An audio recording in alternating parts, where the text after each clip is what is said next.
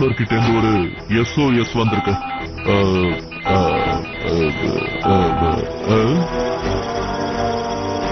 அது என்னன்னு பாத்தீங்களா?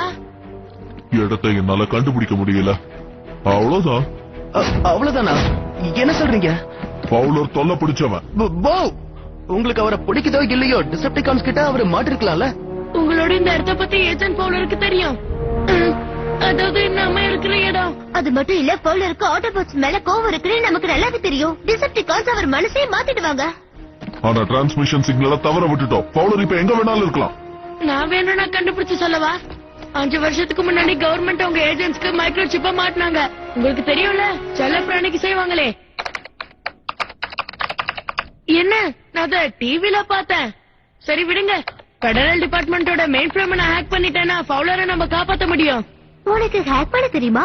ஆனா உனக்கு இப்போ 2 வயசு தானே ஆகுது. 12 சரியா 12 கால்.